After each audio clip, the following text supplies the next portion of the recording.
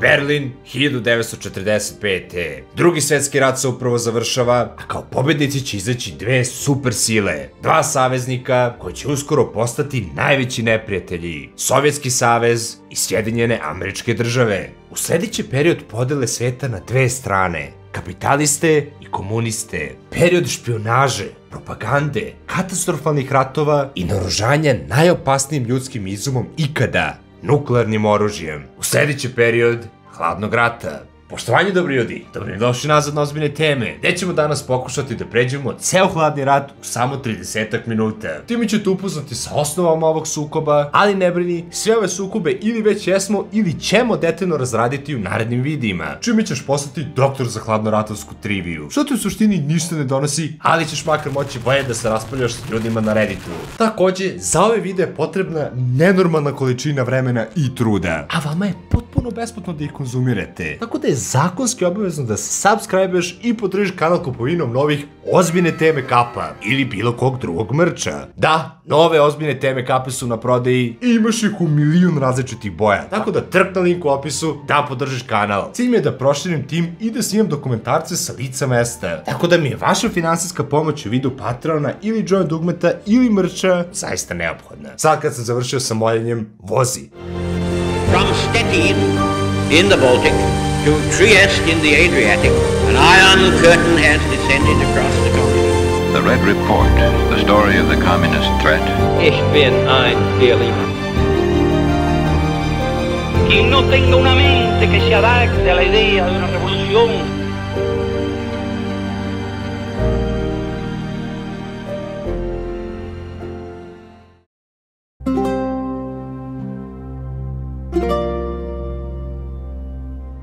Drugog svetskog rata, Sovjetski savez i SAD su bile primorane da se udruže protiv zajedničkog neprijatelja, demonetizatora. Ipak, dve sile su bile nepoverljive jedna prema drugoj. Washington i London vrlo dobro pamte kako je Stalin sarađivao sa Hitlerom u raspodeli Istočne Evrope. S druge strane, Sovjeti su pamtili kako su se tokom Ruskog građanskog rata Amerikanci borili protiv komunista. Međutim, ono najbitnije, Moskva je bila ubeđena da su zapadne sile namerno odugovlačile od počinjanje invazije na Normandiju kako bi Sovjeti izgubili što više vojnika boreći se sa Nemcima na istoku, želeći tako da oslabe i njihov položaj nakon rata. Treba razumeti da su tokom rata Ameri izgubili 400.000 života, dok je ukupan broj sovjetskih žrtava bio 27 miliona. Ipak, saveznici uspevaju da preokrenu rat u svoju korist i otpočinje trka Vašingtona i Moskve ka Berlinu.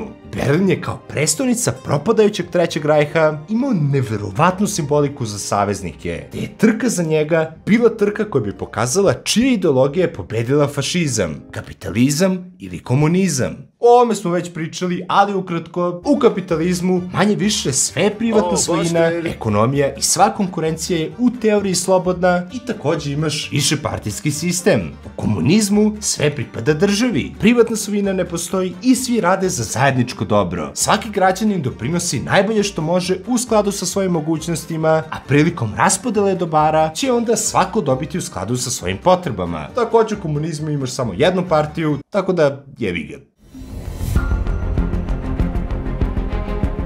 Elem, pobednik trke za Berlin je bio Sovjetski savez. Ipak, Stalin je pristao na dogovor da podeli nemačku prestonicu sa saveznicima i ona sada biva rascepkana na 4 zone. 3 su bile kapitalističke, francuska, britanska i američka, dok je jedna bila sovjetska. Ali da ga malo dodatno zakomplikujemo, celu istočnu Nemačku, dakle sve oko Berlina, je takođe okupirao Sovjetski savez. Tako da je ovo sada bila kapitalistička eksklava okružena komunistima. Sigurno sam to neće izazvati nikakve probleme kasnije. Ali da ga još dodatno zakomplikujemo, zapadna Nemačka je bila podeljena između Francuske, Britanije i Amerike. Nemačka je bila podeljena u Potsdamu leta 1945.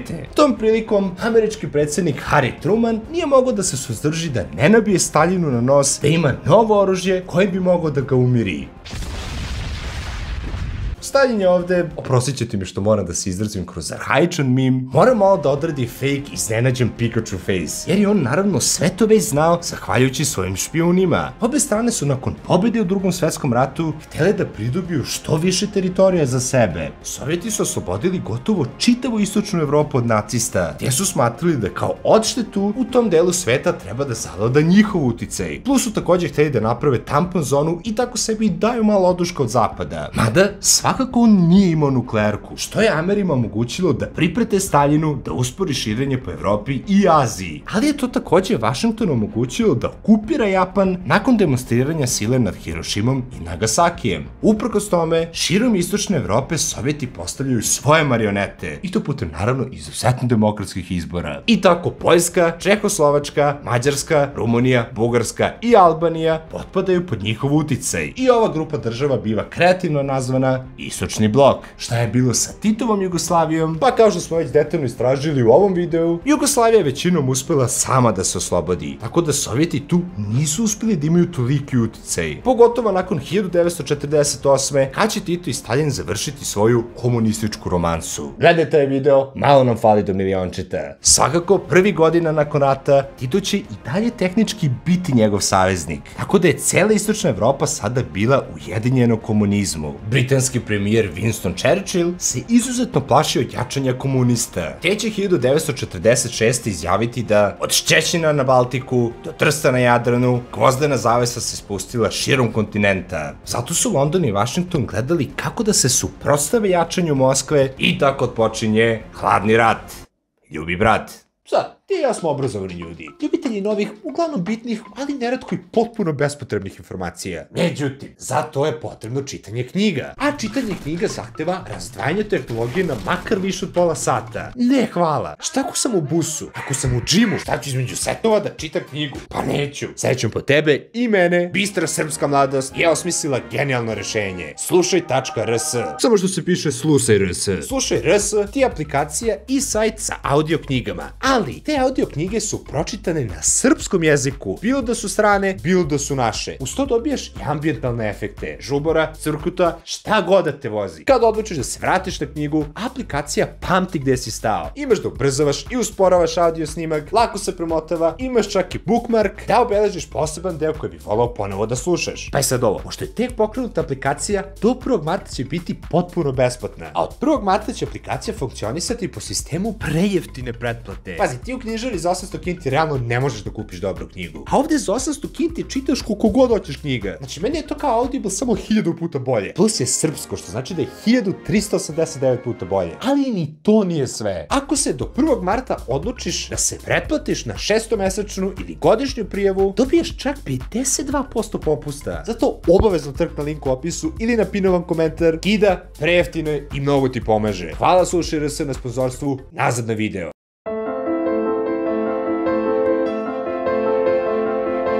Sad, hladni rat nije bio klasičan rat. Suparničke sile se nikada nisu direktno sukobile. Ne, nikako. Zašto bi ti uništavao svoju državu kad možeš da uništavaš tuđe države? I tako, obe strane počinju da finansijski ili vojno podmazuju uspostavljanje komunističkih, odnosno kapitalističkih režima u slabijim državama širom sveta. I ni jedan kontinent nije bio pošteđen. Dobro, osim Antarktika, ajde. To indirektno sukobljavanje strana preko drugih država se zove proxy rat i postoje glavni način na koji su ove dve države širile svoje ideologije. I takvih sukoba je bilo brda. Truman uspostavlja takozvanu Trumanovu doktrinu, kojom se SAD zalaže da će finansijski i vojno podržati sve države koje prete ili Sovjeti ili bilo kakva komunistička pobuna. Zato, kada se u Grčkoj vodio građanski rat između rojalista i komunista, Ameri uliču rojalistima u pomoć. Zatim, kada su Turcima Sovjeti zahtevali turske Moreuze, Ameri su ih uspešno odbili. Britanci i Sovjeti su čak okupirali Iran tokom Drugog svjetskog rata uz dogovor da će se povući nakon rata. Britanci su to divno čudo ispoštovali, ali su Sovjeti to uradili tek nakon međunarodnog pritiska da to urade.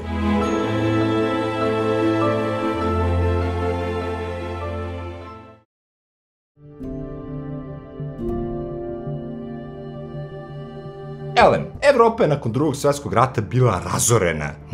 Mnogo ljudi je poginulo. Industrija i infrastruktura su bile uništene. Radna snaga znatno smanjena, a i dosta ljudi je izgubilo svoje domove. Ljudi su bili užasno siromašni. Neko ko se doduše izuzetno obogatio tokom rata je bio neko ko nije ni ratovao na svojoj teritoriji. SAD.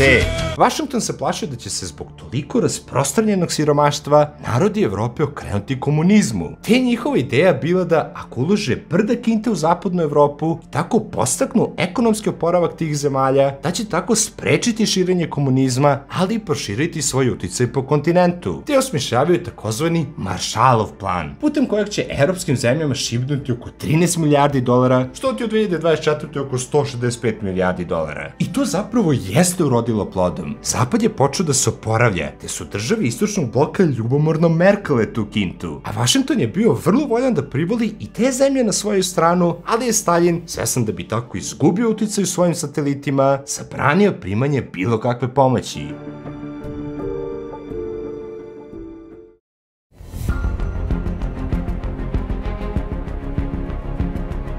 Takođe, Ameri i Britanci su odlučili da je vreme da ujedine svoje dve zone u zapadnoj Nemačkoj i uvode novu valutu bez obaveštenja Moskve. Stalin sad već gori i otpočinje blokadu svih ruta za Berlin, kojim su saveznici kroz istočnu Nemačku snabdevali ovaj grad. Jedino što je zaboravio je da postoji i vazduh. Te Britanci i Ameri, da Berlinci ne bi umrli od gladi, otpočinju gigantsku akciju kojom će za godinu dana odraditi preko 270.000 letova i isporučiti preko 2,3 miliona tona hrane, uglja i ostalih potrebnih namirnica. Stalin naravno jer mora da prihvati da se ispalio. Maja 1949. on prekida blokadu, a 3 kapitalističke zone se par nedelja kasnije i zvanično ujedinjuju u zapadnu Nemačku. Kao odgovor na to, Stalin uspostavlja istočnu Nemačku, ali se i dalje podeljenim Berlinom usred te svoje marionete.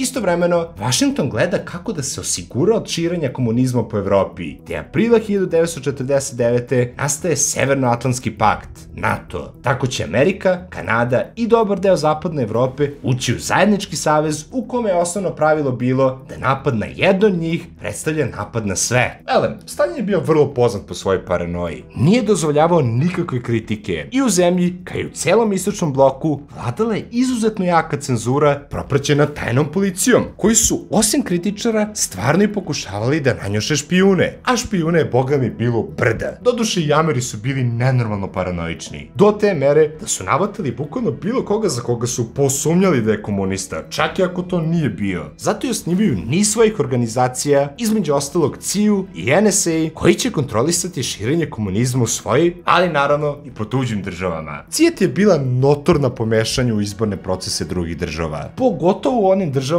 koje su tek stekle nezavisnost od svojih kolonijalnih opresora. Naravno, nisu se ograničavali samo na bivše kolonije. 1953. CIA je, zajedno sa Britancima, zbacila demokratski odabranog premijera Irana. Da, ta velika demokratska Amerika je zbacila legitimno odabranog premijera, time jačajući položaj kralja Mohameda Reze Paklavija. I to sve kao pod izgovorom da će sprečiti širenje sovjetskog uticaja. Istina je zapravo bila daleko drugačija. U Iranu je Britanija imala ogromne prilive od iranske naftne industrije, kada je demokratski odabrani premijer odlučio da nacionalizuje iransku naftnu industriju, čime bi prihodi išli samo ljudima iz Irana. London je tako izgubio svoje prihode. Zato su i pozvali Amere da im pomognu da zbace premijera i ojačaju poziciju kralja, koji će im posao obezbediti povoljnije uslove za poslovanje sa naftom. CIA nije dugo čekala da napravi potpuno isto sranje godinu dana kasnije, kad je ponovo zbacila demokratski odabranog predsjednika Gvatemale. Ovaj put se nije radilo o američkoj ili britanskoj nafti, već o američkoj kompaniji koja se bavila uglavnom bananama. United Fruit Company. Novi predsjednik Gvatemale je hteo da je nacionalizuje. Ameri to nisu dozvolili da ne bi izgubili profite i izbacili su i njega. Otud by the way naziv Banana Republika. Mislim, to su nekoliko decenija ranije uradili i na Havajima, tako da su imali dosta iskustva s time. Ah, demokratija. Gledaj taj video. Doduše, ni to im neće biti posljednji put da tako nešto urade. Zbacit će, na primjer, i Patrisa Lumumbu, demokratski odabranog premijera Konga, zatim Salvadora Allendea, demokratski odabranog predsjednika Čilea, i onda su obojicu zamenili ozloglašenim diktatorima.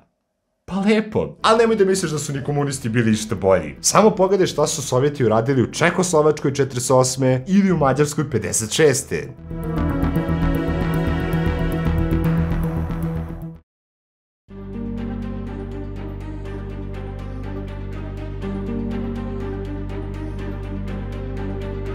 Elem, Kina. Kina 1949. postaje komunistička. Zahvaljujući pobjedi Mao, moje napredne reforme će koštati Kinu preko 40 miliona života Cedunga. Međutim, nešto mnogo bitnije se desilo ove godine. Moskva je uspešno testirala svoje prvo nuklearno oružje. Ovime se totalno menja igra. Amerika više nije bila jedina koja je mogla da zvecka najsmrtonosnijim oružjem ikada. Balans moći više nije bio na strani Vašingtona. Ovo je navelo američkog predsjednika Harrya Trumana da napravi još jaču hidrogensku ili samo H-bombu. Tako da možeš tek sad da zamisliš količinu paranoje, propagande i trošenja kinte na naoružanje. A pošto se komunizam brzo širio i ka Dalekom istoku, Ameri su sada slali brda finansijske pomoći Japanu kako bi sprečili da komunizam dopri do njih. Inače, Japan je u tom trenutku i dalje bio pod okupacijom Vašingtona. Ameri također šalju i pomoć Francuzima u ratu protiv Vijetnamskog pokreta nezavisnosti, koji je igrom slučaja bio komunistički i predvođen od strane Ho Chi Mina. Ono što je naravno najsmešnije od svega je što su Ameri sarađivali s Ho Chi Minovim komunistima za vreme Drugog svjetskog rata, ali pravit ćemo se da se to nije desilo. Korejsko poluostrvo je po oslobođenju od Japanaca bilo podeljeno po 38. paraleli na dva dela, komunistički sever i kapitalistički jug, s tim što su oba dela naravno htela sve. Naravno, sever je bio podržan od strane Sovjeta i Kineza, te oni 1950. napadaju jug i malo je falilo da ga zapravo i osvoje. Ali Ameri su vidjeli šta se dešava po istočnoj Evropi i plašili su se da će, pošto je već Kina pala u ruke komunista, ako padne i Koreja, pasti i Vijetnam i Laos, pa onda i Kambodža, Tajland, Vijetnam itd. itd.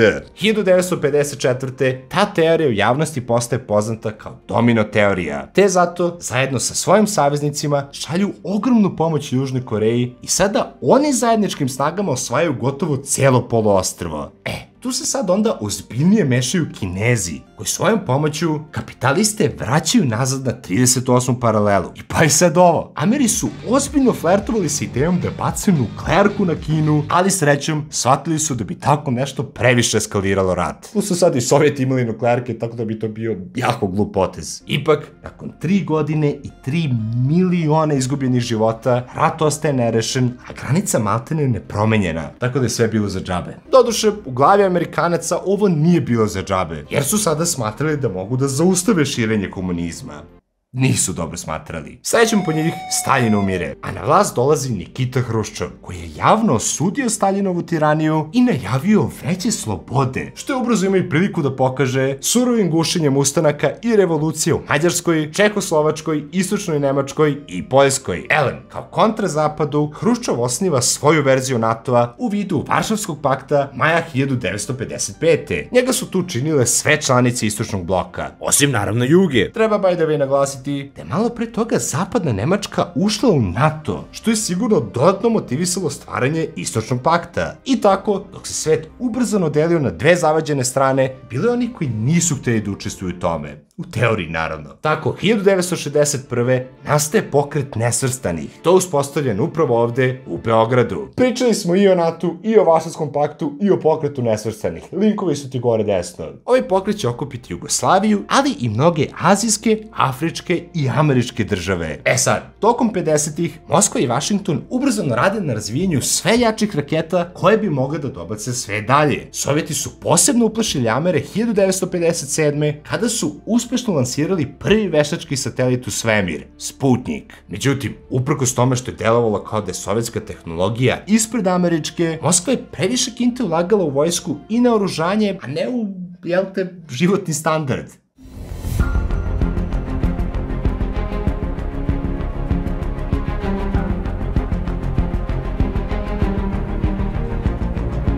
za razliku od zapadne Evrope, koja je zahvaljujući Maršalovom planu BDP sad išao komunisti su živeli znatno oskudnije. Siromaštvo u kombinaciji sa strogom cenzurom je nateralo mnoge ljude da beže sa istoka na zapad. Nigde to nije bilo toliko naglašeno kao u istočnoj Nemačkoj, posebno u Berlinu, gde je narodno istočnog Berlina bilo direktno nabijano na nos koliko njihovi sugrađani na zapadnoj strani žive bolje. Zato je do 1961. čak 3,5 miliona istočnih Nemaca prebeglo u zapadni Berlin i potom avionom u zapadnu Nemačku. Moraš da imaš na umu da je istočna Nemačka imala samo 17-18 miliona stanovnika, tako da je ovo predstavljalo ozbiljan problem, pogotovo jer je odlazilo brdo obrazovanog i stručnog naroda. Te o duhu tih sloboda koje je Hruščov ponosno najavljivao, on 1961. postupa vrlo zrelo i podiže zid oko zapadnog Berlina da narod više ne bi mogao da uđe u njega i odatle beži na zapad. Tadašnji predsjednik SAD-a, John F. Kennedy, je na ovo odgovorio sa: sloboda ima puno poteškoća i demokratija nije savršena, ali nikada nismo morali da podignemo zid, da zadržimo naše ljude, da ih sprečimo da nas napuste.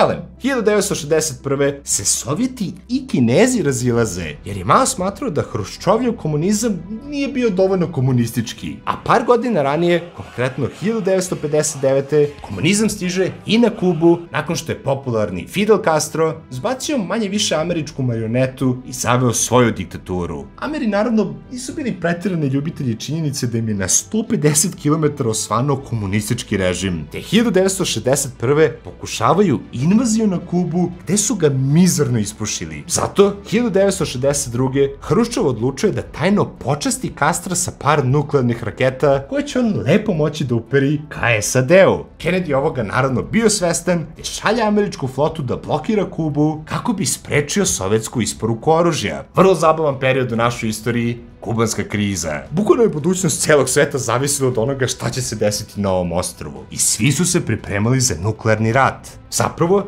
jednom prilikom je jedna sovjetska podmornica koja je nosila nuklearnu raketu nekako dobila pogrešan signal, zbog čega je posada u njoj mislila da je nuklearni rat već počeo. I stvarno su bili spremni da ispale svoju nuklearku kao kontranapad. Međutim, da bi doneli takvu sudbonosnu odluku, moraju sva 3 viša oficira podmornice da je odobre. Srećom po sve nas, među njima je bio uživalac Lux Maxinga, Vasilij Akripov, koji je odbio da to izvede, čime je bukvalno spasio ceo svet. Jedva ga preteku smo, braćo. Zbog toga, Kennedy i Hruščov odlučuju da ipak pregovaraju i dogovaraju se da Sovjeti povuku nuklearke iz Kube, a da će Ameri zauzvrat povući prvobitno postavljene nuklearke iz Turske i Italije, što zapravo zvuči fair. A da bi se sprečilo ponavljanje ovakvog sranja, Vašington i Moskva uspostavljaju direktnu telefonsku liniju. Ipak, to gomilanje nuklearnih raketa na obe strane je izrodilo novu doktrinu, MAD, što simbolično možemo da prevedemo kao lud, Mutual Assured Destruction. Poenta ove doktrine je bila da ako jedna gađa drugu nuklearkama, da će ovo zvratiti njoj i tako osigurati međusobno uništenje, a samim tim i uništenje svih nas.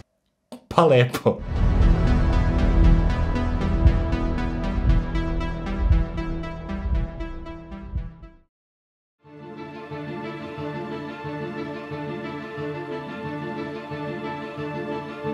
Svakako, obe strane su i dalje nastavile da šire svoje ideologije i finansiraju revolucije, pobune i atentate širom Afrike, Azije i Latinske Amerike. Hruščov biva zbačen s vlasti 1964. jer je bio izuzetno neuračunljiv, dok je Kennedy takođe zbačen s vlasti 1963. na malo suroviji način. Te Hruščova zamenjuje ovaj lepotan Leonid Brežnjev, dok Kennedy zamenjuje ovaj lepotan Lyndon B. Johnson. Do tada je već uveliko tutnio Vijetnamski rat, gde su se Vijetnamci, nakon što su proterali Francuze, podelili na kapitalistički Južni Vijetnam, gde su Ameri podržavali svog diktatora, i na komunistički Severni Vijetnam, gde su Kinezi i Sovjeti podržavali svog diktatora. Videvši da Jugu ne ide baš najbolje, Ameri sada šalju i direktno svoju vojsku i otpočinju katastrofalnu kampanju bombardovanja i pokušaje zauzimanja severa. Ovaj poduhvat Vašingtona je naneo toliku štetu vijetnamskom narodu da su posljedice i dan danas vrlo vidljive. I I to smo radili, obavezno pogledajte taj video. Ovaj rat je bio i prvi koji je američki narod imao prilike da vidi na TV-u, tako da se i on sam zgrozio kad je video šta rade po Vijetnamu. Izbijaju protesti, koji su vrlo često bili nasilno ugušeni, jer demokratija. Amerika je na kraju morala da se pomeri sa realnošću da neće dobiti ovaj rat i povlači se. Komunisti zauzimaju ceo Vijetnam 75. i zvanično se ujedinjuju 76. Ovaj rat će odneti i do preko 3,5 miliona života. Amerika će izručiti preko, pazi sad, 7,5 miliona tona bombi na Vijetnam, Laos i Kambodžu. Jer demokratija.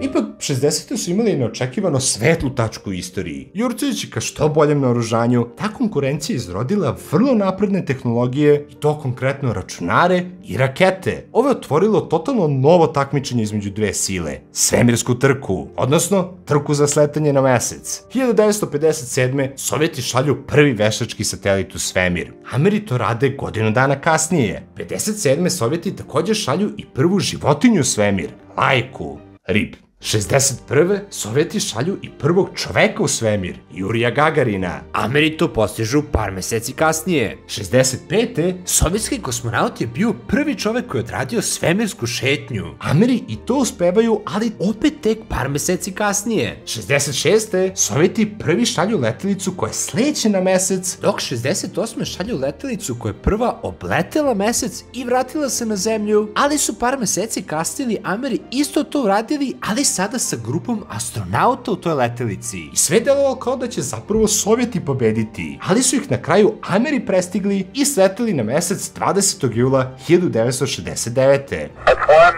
small step for man, one giant leap for mankind. Ipak, ono što je još pozitivno iznenađujuće je što će 1975. obe strane zajedničkim snagama odraditi američko-sovjetski svemirski let.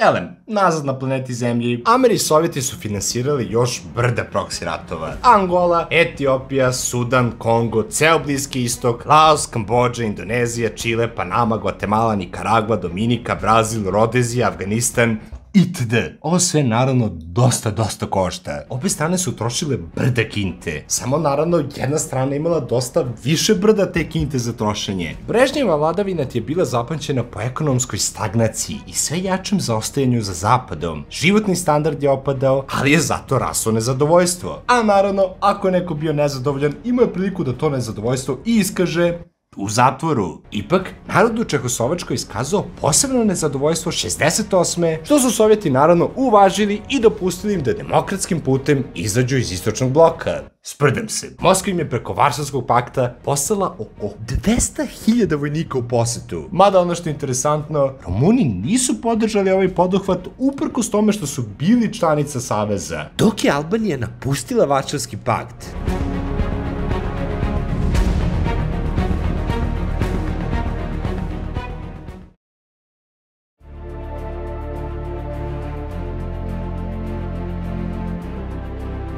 Svakako, ovo je sve jako puno koštalo. Mislim, ne pogrešno me shvatiš, i Amerima je ovo bio jako veliki teret. Sam vijetnamski rat je Amere koštao oko 1000 milijardi dolara, a i dalje nemaju zdravstveno. Tako da dve strane odlučuju da se malo smire, da probaju da malo otople odnose, pun intended, kako bi malo i uštedeli kinte. Tako odpočinje period detente, što ti je francuska reč za popuštanje. I stvarno, novi američki predsjednik Richard Nixon biva prvi predsjednik koji odlazi u Moskvu 1972. dok Brežnjev odlazi u Vašington 73. 72. dve zemlje potpisuju i SALT sporazum kojim se obavezuju da će ograničiti broj svojih nuklearnih raketa. Nixon se čak sastao i sa Mao Tse-dungom i radio na otopljavanju odnosa i sa Kinom.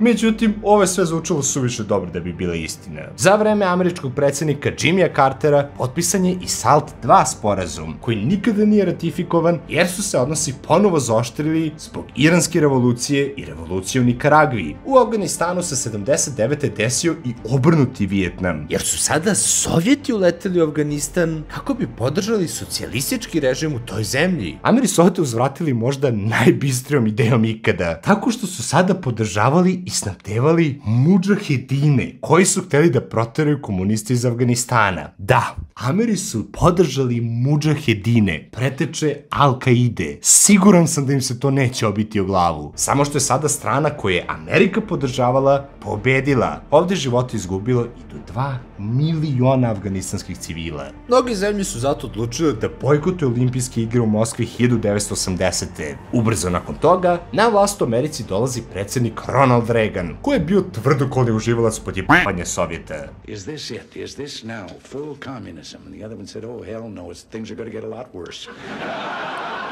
Redovno govorim ispaljivao viceve na račun svog ideološkog protivnika, a jednom prilikom je Sovjetski savez nazvao zlom imperijom. They are the focus of evil in the modern world. On je hteo već polako da celu ovu priču o hladnom ratu privodi kraju, te je zato započeo ubrzano naoružavanje. Njegova ideja ovde je bila da, pošto imaju znatno više kinte od Sovjeta, da ako nastave da se ubrzano naoružavaju, da će onda i Sovjeti morati da se ubrzano naoružavaju, da ih ovi ne bi nadjačali. A kako je Moskvi ostajalo sve manje kinte, u nekom trenutku bi jednostavno morali da odustanu. Takođe hteo i da razvije sistem lasera, koji bi mogli da unište bilo koju sovjetsku raketu. Ali to je sad već bilo malo previše futuristički, tako da nikada nije zaživela. Plus je taj program dobio nadimak Star Wars. Ne spredam se. Ipak ovo je zapravo uspelo da zastraši Sovjete, jer su pod Brežnjevom počeli zaista dosta da zaostaju u tehnologiji, tako da su pali na američki blef. Osim toga, Sovjeti su srušili putnički avion koji je zalutao njihov vazdušni prostor, plašeći se da ih Ameri špioniraju, što je Reagan naravno iskoristio kao dodatne političke poene protiv Moskve. Takođe, NATO u Evropi simulirao vežbu nuklearnog napada, što su Sovjeti shvatili kao da se NATO zapravo sprema za sranje i onda oni dovlače svoj nuklearni arsenal tu. Dakle, opet je atmosfera bila kao za vreme kubanske krize. Srećom po sve, to nije eskaliralo. Ali su sada Sovjeti sa svojim saveznicima bojkotovali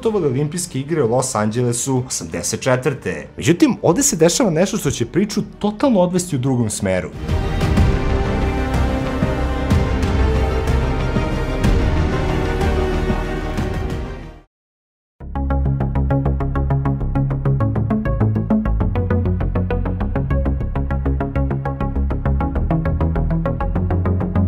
Brežnjev umire, kao i još par matoraca koji su na kratko vodili Sovjetski savez posle njega. Nebitno. Na vlast sada dolazi Mihail Gorbačov 1985. Ovaj čovjek je imao potpuno drugačiji pristup prema upravljanju crvenim gigantom. Naime, Gorbi je hteo da uvede drastične promene u živote svojih sunarodnika. Pre svega, hteo je da uvede razne slobode govora i medija. Hteo je da malo otvori ekonomiju, čime se nadao da će podstaći ekonomski, ali i tehnološki rast. I mada smo to čuli ranije, ovaj put se to zaista desilo. Gorbi je uveo dve polise koje će zaista promeniti državu. Perestrojku i glasnost. I time smo se bavili detaljno u ovom videu, tako ako te to zanima, trk tamo. Ove dve će zaista olabaviti stege komunističke partije na ekonomiju i medije. I zaista, narod je sada imao više sloboda u upravljanju kompanijama, ali i više slobode govora. Takođe, Gorbi je povukao vojsku iz Afganistana i otpočeo pregovore s Amerima o smanjenju broja nuklearnih raketa, zbog čega su ga Ameri vrlo brzo zgotivili. I zaista, ti dogovori su doprineli do uništenja 2000 nuklearnih raketa i odnosi otopljavaju. Međutim, svi ovi potezi, a posebno glasnost, koja je sad narodu omogućila tu slobodu govora, će Gorbija na kraju i koštati njegove države. Narodi, ne samo u Sovjetskom savezu, već i širom istočnog bloka, su konačno mogli da iskazuju svoje nezadovoljstvo. Gorbi ih u tome nije sprečavao. Uskoro izbiju i revolucije u svim istočnoevropskim komunističkim zemljama, koje su zapravo bile uspešne i to uglavnom mirne prirode, osim one u slučaju Rumunije, te je brutalni diktator Nikolaj Čaušesku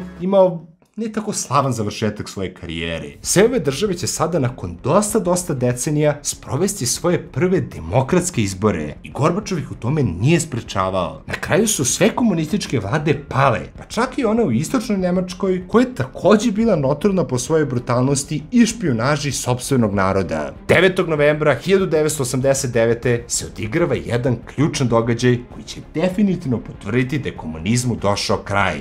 Pad Berlinskog zida. Dve Nemačke se konačno ponovo ujedinjuju 1990. Gorbi se i sam pomirio sa nezostavnim talasom promene, jer čak i sam Sovjetski savez počinje da se raspada oko njega. Njegov naslednik Boris, kafana je moja sudbina Jeljcin, ukida komunističku partiju, čime i zakucava posljednji ekser u priču crvenog giganta. Sovjetski savez se raspada na 15 država, tako da danas imamo samo 5 komunističkih država. Time se definitivno završava hladni rat, a sami tim svaki sukob ikada i svi su živjeli srećno do kraja života.